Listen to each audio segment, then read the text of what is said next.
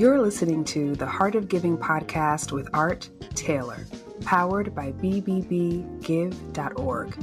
Here we explore the motivations that form the basis of giving and service. We inspire generosity and celebrate the transformative effects that giving and service have on the human spirit and on community. The conversations featured on the podcast also uncover giving strategies that educate and provide tools to help listeners make impactful gifts of both their time and money. We hope you enjoy this episode. This is the Heart of Giving podcast, powered by bbbgive.org. Give.org is the nation's standards-based charity evaluator, and it's your one-stop source for information on giving and reports on the most asked about charities. I'm Art Taylor. Today is our annual Giving Tuesday episode with none other than the CEO and one of the founders of Giving Tuesday, Asha Curran. Asha, it's great always to have a chance to speak with you. And thank you for agreeing to keep our little tradition going here. I love this tradition. You can count on me every year. Even when I don't work for Giving Tuesday anymore, I'll be knocking on your door. That's awesome. Well, Asha, Giving Tuesday is here. What are you expecting? Well, a bunch of different things. So I always stay away from making predictions in terms of monetary donations, what that will look like. Last year, that was $3.1 billion given on the day itself.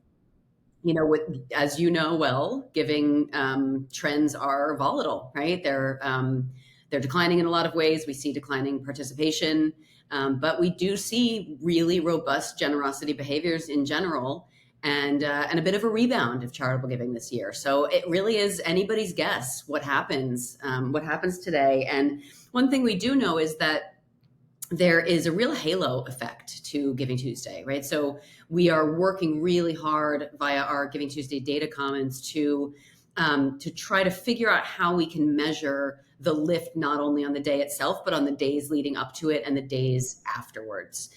Because we've been hearing those reports, we see it in the data, but it's just not something that we began to measure in the beginning, and so we haven't. But it's important. It's really important to people who are running campaigns to understand what that arc looks like and what kind of return they can expect on an investment and their creativity in raising funds, that it's not only that 24 hours. So the money's going to be a big surprise as always. And actually the day after Giving Tuesday is, if anything, busier for us than the day of Giving Tuesday itself, because that's when we count all day long. We work with over 100 data platforms, payment processors, giving platforms, that kind of thing. And so we have to get all of that data and deduplicate it and aggregate it. And then we end up with the big number, as we call it, sometime around the afternoon of what this will be tomorrow, December 4th. I never really talked to you much about the aggregation of all this, but I had a chance to speak with Abby Ross from Network for Good a couple of weeks ago. And she told me about this wonderful collaboration that now exists between the giving platforms and the payment processors to try to make giving a bit more frictionless. But I don't know why I didn't. I should have made the connection between Giving Tuesday and how you count it and what they do and how you all collaborate. How does it all get counted? Yeah, that's really interesting. I love what Abby's doing over there. So it's funny, I was just reminiscing with our chief data officer a few days ago about this, because the way it started, Art, was so low tech. When we first started, I think you probably remember that I'm not a sector lifer at all. I had no job in philanthropy prior to starting to work on Giving Tuesday. And so when I wanted to know how much money had been donated, here was me thinking that I could call up some central philanthropic body and they'd give me a nice round number, right? Only to find out that does not exist in the social sector in any way. And that in fact, the data lived in so many places, it was a little mind-boggling. And so our earliest efforts to count it, actually, it's very similar to today. We just do it with a lot more sophistication now. but it was essentially building relationships. And that part's actually really important. We always, when we talk about data and when we talk about technology, we always talk about how we go relationship first. We build relationships, and then we build infrastructure and technology to support what those relationships create. Whereas I think a lot of work in those two particular domains often happen technology first, build something super fancy, and then hope people come and use it. And a lot of the time it doesn't even work like that. So we built relationships with all the payment processors, the giving platforms, from teeny tiny to the real big dogs. And on the day after Giving Tuesday, they give us all their data from the day before. They tell us how much was raised, and then we take that data and we make sure that it's not broken, right? So we make sure that all the data speak to each other, and we make sure that so not to get too wonky, but in some instances, for example, a nonprofit might use two different payment processors, right? They might use PayPal on top of a CRM or something like that.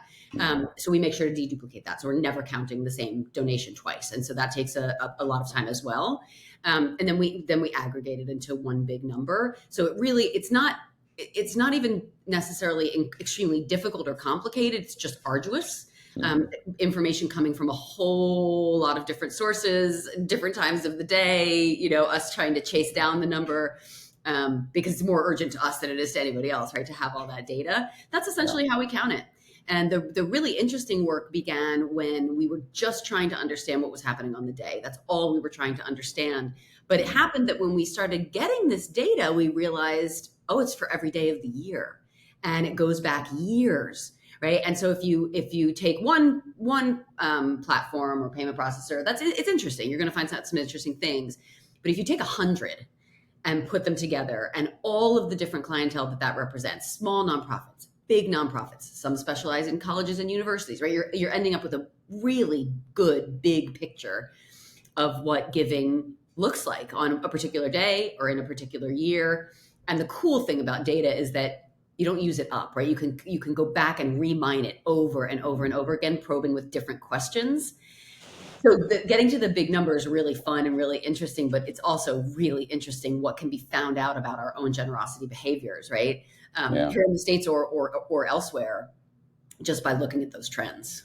Well, yeah, it's so fascinating. And what you're reminding us of, too, is that this only counts online giving, or electronic processor giving, right? It's not even getting at all of the giving. No, a few years ago, we actually did develop the Oh, methodology. you did? Yes, because offline gifts are still processed online. Yes. Right? They still get entered into a system. And so I don't want to say the wrong year off the top of my head, but I believe it was 2017 or 2018 we began to be able to measure. And that gives us so much more of a complete picture, because the truth is, I actually don't know the percentages now, but a few years ago, the majority of giving was still happening offline. Right.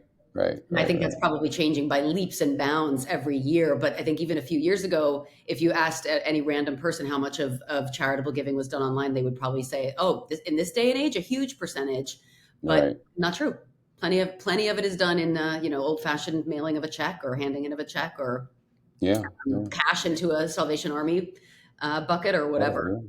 Wow. Okay. So this is more than a proxy of what's happening. This is like a real deal giving going on. And we're really serious about this, and we are so conservative. That's the other thing that more money is donated than we're able to report, because there are platforms we don't have relationships with or that don't want to share their data, and there's money that just can't be captured for various reasons. So, and we're not measuring those halo days, which we call the day before and the day after Giving Tuesday. So we're really, really conservative about it. But even being really conservative, we're certainly going to be crossing the $15-16 billion mark this year, no doubt. That's crazy. Well, crazy good. Crazy good, of course. Crazy good. Well, I wanted to just get into something you talked about at our annual meeting. Well, it's not an annual meeting, but I guess it is the annual meeting of the International Committee on Fundraising Organizations. It's now called Charity Monitors Worldwide, where we bring together organizations like ours that exist all over the world.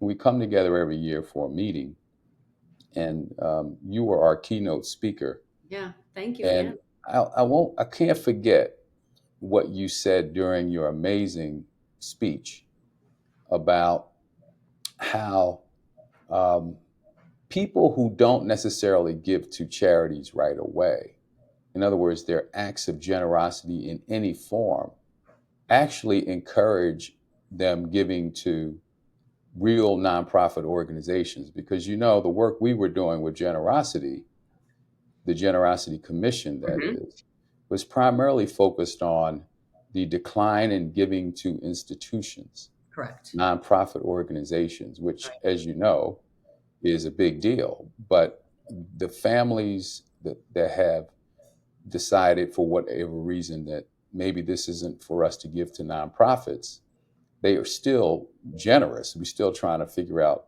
the extent of that generosity, but we know it exists. But what you've discovered, and you said in your speech, is that this generosity, in whatever form, Hmm. actually makes it more likely for people to give to those organizations. So we should encourage it in any form. Talk about that. Yeah, so I think that a misperception that we have, that's a bad misperception, because I think that a lot of non-strategic decisions stem from this particular misperception, is Mm, that there is a finite number of generosity behaviors, and mm, if somebody engages in one of them, then by definition they're not engaging in a different one, right? And so you can look at something like crowdfunding or giving to mutual aid, or any number of other generous acts, and think, okay, well, if $10 is going to a mutual aid network or peer-to-peer giving, that's 10 fewer dollars that could go into the nonprofit sector. mhm, But that's not right. They don't replace each other, right? They enhance each other. So a person, you're absolutely correct. You remember that completely correctly. A person who's giving to crowdfunding is more likely to give to a nonprofit organization, and a person who is generous in their everyday life with their time, their help, maybe they're formal volunteerism, but maybe they're informal ways of helping their neighbors or strangers or friends, that person is also more likely to give to a nonprofit. And according to a study that we just released very recently, they're also much more likely to just be civic minded in general, which is a mhm, really amazing thing, right? If we think about how a person shows up in their community or in their world as a citizen, we generally think about politics and we think about voting, but giving is an incredibly underrated metric of civic participation. And it turns out it's not only the act itself that is a measure, it is also leading to all these other forms of civic engagement. We call it civic intent. So it's more about the mindset, right? How much a person sort of is drawn to participating as a citizen in their community or their country, or whatever it might be. Um, so so yeah, encouraging generosity behaviors of any type is going to encourage giving to nonprofits. And yeah. I think we think sometimes the exact opposite, right? And so we want to discourage other forms of giving, right? Encourage people to channel it only toward a 501c3. But everything that we look at just backs up the idea that any giving lifts all boats. Yeah. And that when we look at declining participation in charitable giving in particular, it's um, it's a mirror that we need to hold up to ourselves, right? Or what are we doing? What could we be doing better to engage people? Yeah. Because, and I know this sounds so super obvious, but when people are asked, they're more likely to give. So again, super obvious, right? But we often don't ask. We released so we have a tool called Giving Pulse, which is a weekly survey of generosity behaviors, monetary and non-monetary, and it's really fascinating. And what Giving Pulse has shown us is that there's a significant percentage of people who report that they are not being solicited at all. Mhm, Right. So we can look at that 7 or 10% of respondents, and we can say, well, they must just not be generous, right? Or maybe they're giving all their money to peer-to-peer giving. But the reality is they're just not being asked. And sometimes this is demographic as well. So like yep. young people, for example, are not solicited nearly enough because we might sometimes assume that they don't have any money, right? Mm, But if you think about giving as a journey, not one transaction, right? But a behavior that people engage in over and over and over and over again in their lifetimes, then you want to look at a young person and think about the lifetime supporter that they could be, both in terms of being, sure, a donor, but also an ambassador, a champion, right? For the cause, for the mission, for the organization. So the simple ask of getting, the simple act of getting out there and asking and making the case and doing good storytelling is really so much at the heart of this. Yeah, so true. And I wonder, Asha, if people in organizations don't realize that we have a kind of shifting culture where people who are coming into our country may view giving differently than we traditionally have thought about it. Yes. And with that increased diversity, we have to find new ways of engaging them so that they'll want to give. But here's I think the dilemma. Most organizations that I know are spending as much money as they can on fundraising, but it tends to be focused on getting major gifts. Right. You're going after wealthy donors to get them to give because they feel like that might be the best bang for the buck. It's better to get $100,000 gift than it is to get a bunch of smaller donations to add up to 100,000. That's right. But as you say, we've got to reach all donors so that we never know who those next $100,000, $1 million donors will end up being. That's right. If we never give them a chance to engage early. So it is a dilemma. I understand what organizations are doing. They're trying to put their resources to the best possible use. But I wish there were a way also that we could do both, because it's really important, as you say, and I agree, that we get not only younger donors, but we did a study that pointed out that people from various minority groups say they would give more if asked. Yep. And, so no one's asking them. And I have this one little anecdote that I put out there, and I don't know how much it applies across the board, but since we're just giving opinions on things sometimes here, it's okay. So my wife was asked to join the board of a women's organization that works with women who have eating disorders. Mm-hmm. And my wife is African American. Most of her friends, not most of, but a good chunk of her friends are African American too. And this particular organization was primarily white women. And so the eating disorders that they focused on were women who would not eat because of various maladies that they had that, kept them from wanting to eat, right? Yeah. And it was harming their health. So obviously this is something we want to deal with. So my wife would go out to her African American friends and tell them about the work that they were doing and how amazing it was, and ask them to support her in this work by giving their donations. And my wife would find out that, most of the African American women would say, "What do you mean? They're not eating?"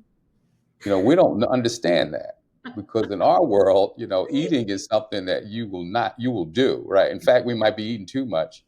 Our parents told us you better not leave anything on that plate because you don't know when you're going to get your next meal.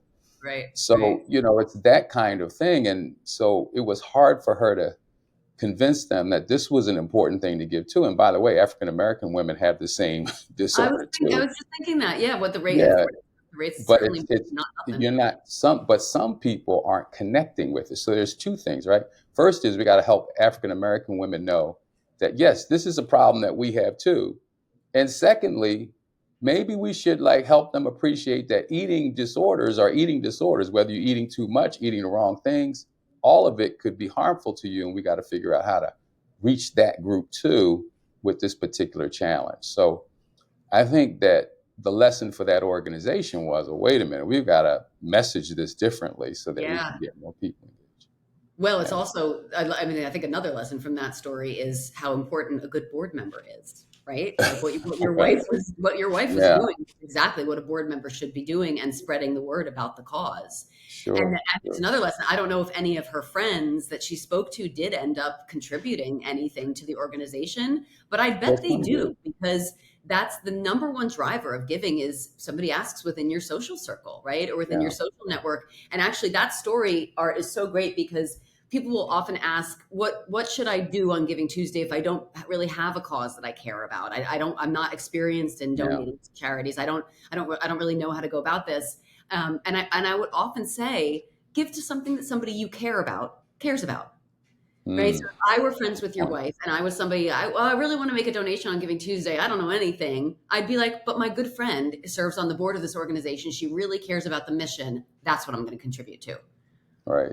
Yeah. And I That's think so that's a great way to give, right? Because it's a double act of generosity. It's an act of saying, I care about this cause, but it's also an act of saying, I really care about my friend care too. about this And I person. think she's doing good work and I want to do this in honor of her. So Yeah. I think you're absolutely right. This is such a fraught subject because we need to be able to discuss it without it sounding like we're casting blame, because No, I that's get it. never ever the intention, right?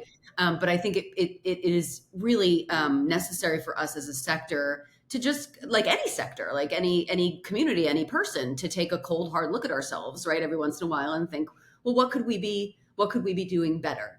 Right. Yeah. And that one of the things that you're pointing to is this solicitation focused so exclusively on high net worth givers. And just as you say, I get it. I really get it, right? $1 million from one person and $1 million hard won from 70 different people are two very different things. Mm-hmm. That said, an organization that has a diversified base of supporters is simply a more resilient organization, right? Because your $1 million donor could walk away with his or her $1 million anytime they want, right? And often do. Very often do. A philanthropist can decide to change, allegiances to a mission anytime they please. Anybody can, right? But if you have those 70 people contributing your $1 million and you lose 3 of them, it's not going to have nearly the same effect on your organization, right? Your balance sheet is not going to look that different, and you can replace them with 3 other people. But there's another side to that too, which is, I don't want to see more givers just because nonprofits need more money. Like, that's one reason, yes.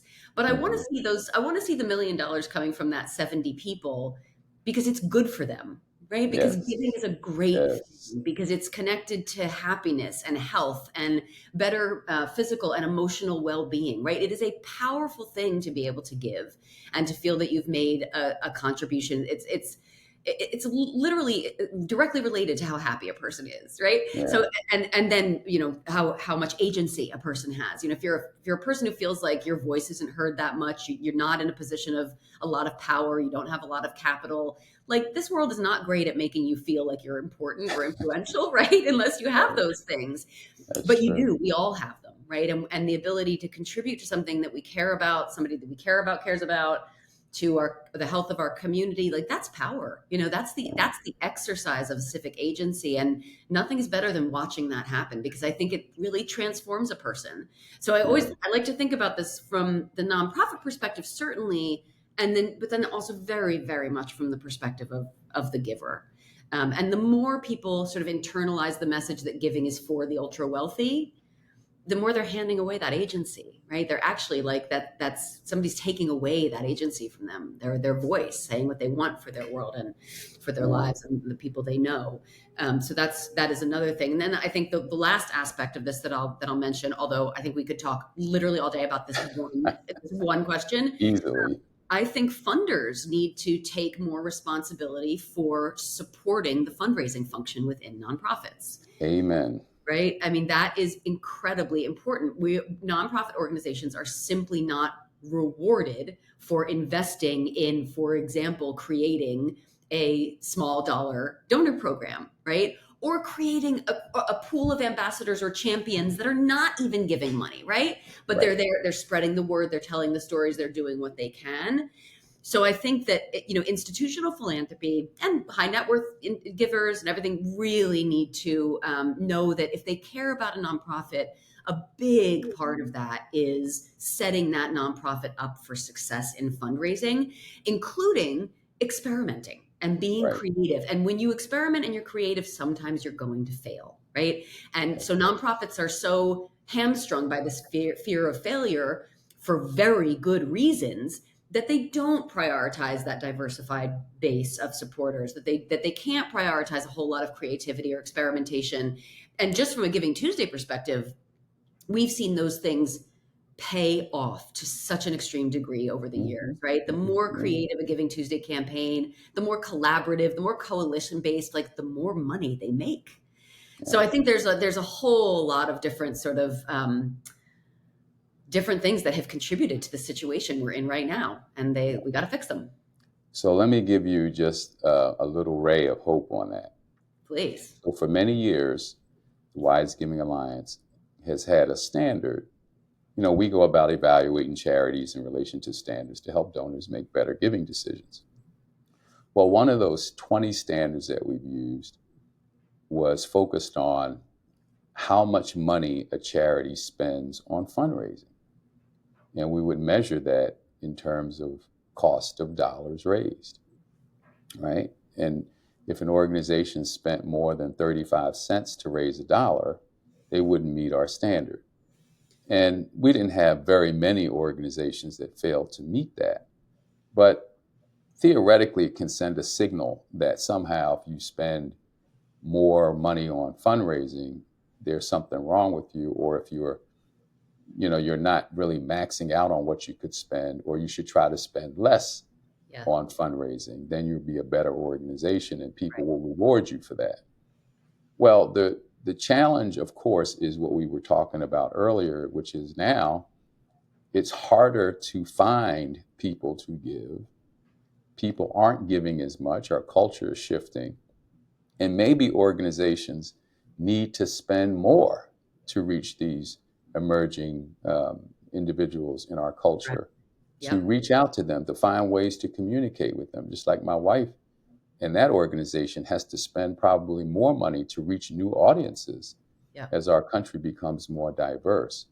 And so we're talking about in our standards revision process that we're going through now, whether we should keep that ratio or not. And I'm pretty sure that our panel is going to opt to eliminate that as one of our standards. I know, right? It's like Great. It's a big signal, I think, to people. It is such an important signal, and I know Charity Navigator has made similar changes. I think it's really important because we've been held back by the not necessarily that kind of framework in particular, but the public perception it creates, right? Like there seems to be, I notice this all the time, even among my own friends who are not in the nonprofit sector, that there's sort of an expectation that nonprofit workers like shouldn't make very much money, like they shouldn't make a good living, and that there's a lot of talk about corporations and their visionary leadership, but like nonprofits need visionary leadership too, right? And should be able to attract those visionary leaders. And then you'll see the long tail effects of that. But I think we somehow, not you and me, because we know all too well, right? But somehow there's a popular perception that nonprofit work just sort of gets done, right? In some way that if I donate $10 to a food bank, all $10 of that will go directly to cans of food. Well, do I think this food bank isn't paying people? Do I think that they don't need to rent their office space? Where do I think that money is going to come from? Do I care about whether their staff is receiving professional development opportunities and is being treated right? I do care about those things, right? I really care about how nonprofit staff are treated, and it takes money to treat staff well. So I think that the kind of move you're making has so many good knock-on effects. Yeah, well, I'm hopeful, and again, I believe that we have to open the aperture and think about different ways of evaluating fundraising effectiveness. We want organizations to be effective in every way, and in raising money too. And it's so true that an organization can be doing everything right and the money just not come in. And they could be doing everything wrong from a fundraising standpoint, and they get lucky, and who knows, we got a major gift that just came through the door. That is rewarding us for doing things that we probably could have done better. So, it's all about how you go about the process. Are you being fair to your donors? Are you really giving them a full understanding of what the money would be going to? Are you taking them along a journey with you to really understand your mission and to really want to get involved? Amen. All of that takes money. It takes time. It takes energy and know-how. And it takes patience, right, with the people who you're trying to reach. Yep. And it takes experimentation, as you mentioned. None of that guarantees anything, right? Doesn't. I But wish. one thing is probably true. If you're not doing any of that, it's probably going to be very difficult to raise money. That's exactly right. And that's, when I hear one of my least favorite complaints about Giving Tuesday is that there's too much noise. That Mm, it's hard to break through. We're not going to do a campaign because we don't want to break through the noise. We can't break through the noise. It's like it's the noise of a party, right? It's the noise right. of a party that is based on giving, and people are Hmm. shouting from the rooftops that they are there, wanting to give, wanting to be solicited, wanting to hear stories that move them. Hmm. So it's in my mind always better to make the ask on Giving Tuesday and not on Giving Tuesday. But as you say, it just has to be done right? It has to be Yeah. done in a way like that. I don't believe, nor have I ever seen any actual evidence that donor fatigue exists. I think Hmm. what we're doing when we say donor fatigue is putting the blame on the giver, Right. right? And it's like, oh, maybe people are sick of my emails. No, no, no, no. It's just that people are really tired of giving.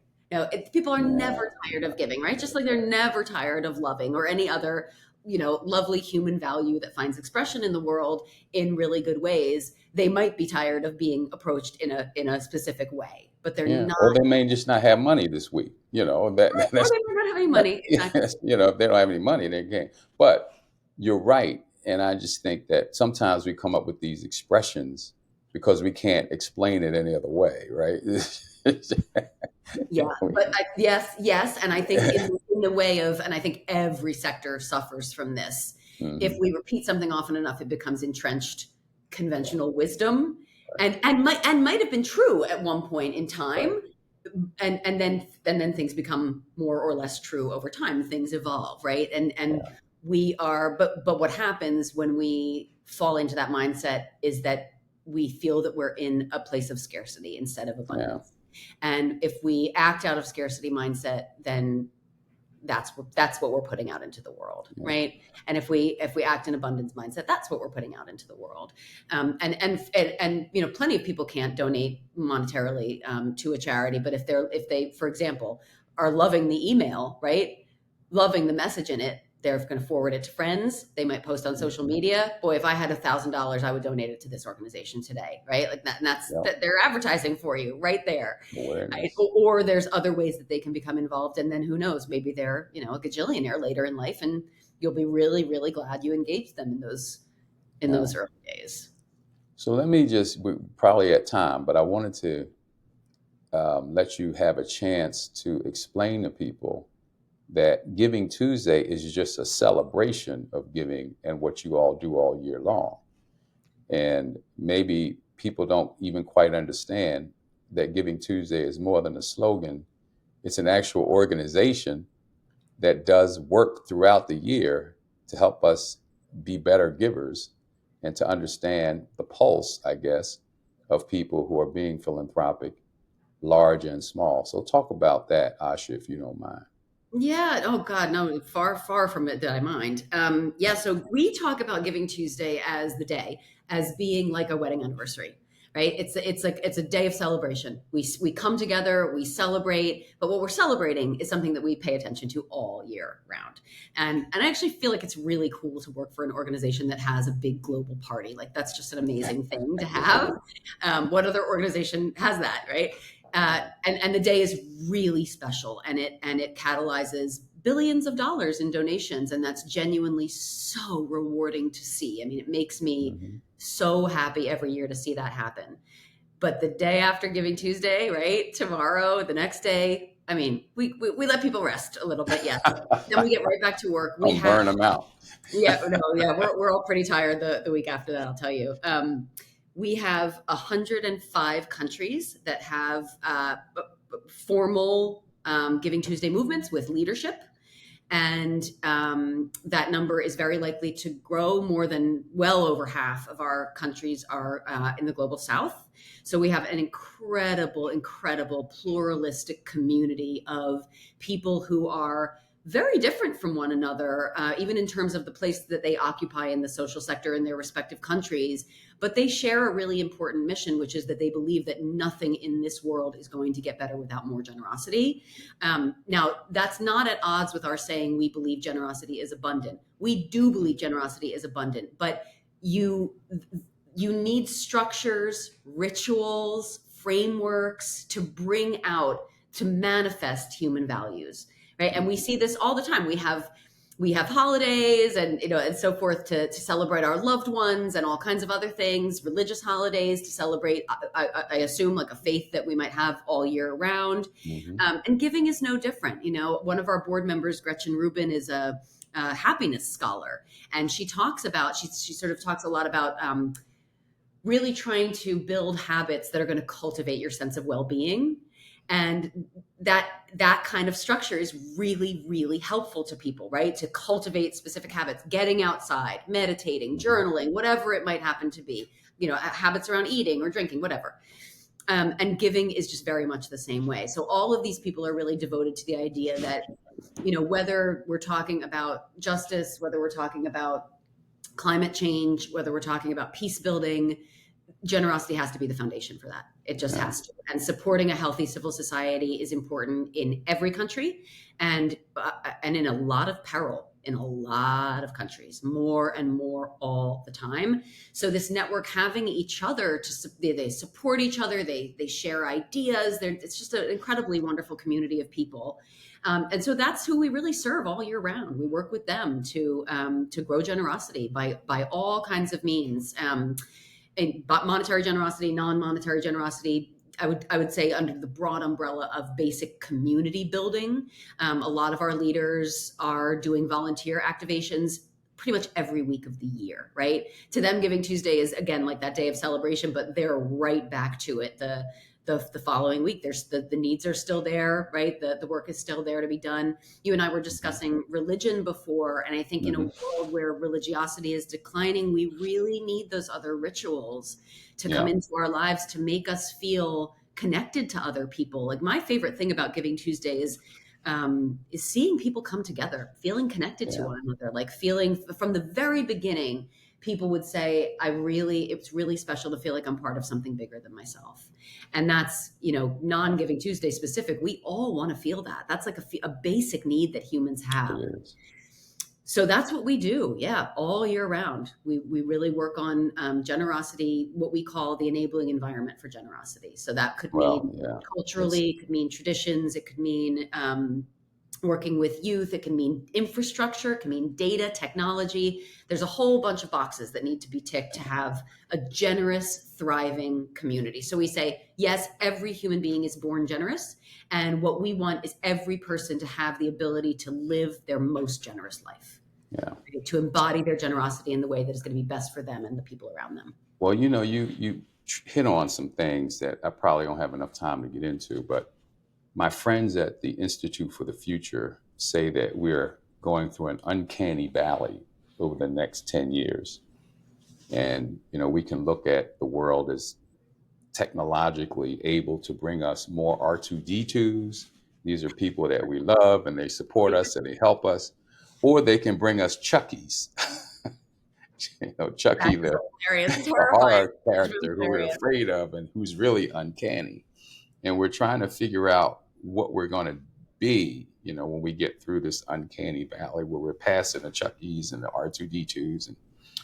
And the bottom line here is that to get through this really challenging time of change and future challenging times of change, it's going to take some of the values that you expressed, particularly around giving and supporting each other, having more understanding, expressing our love for each other, coming together. We're right around Thanksgiving, and it's such an important time for families and friends to come together.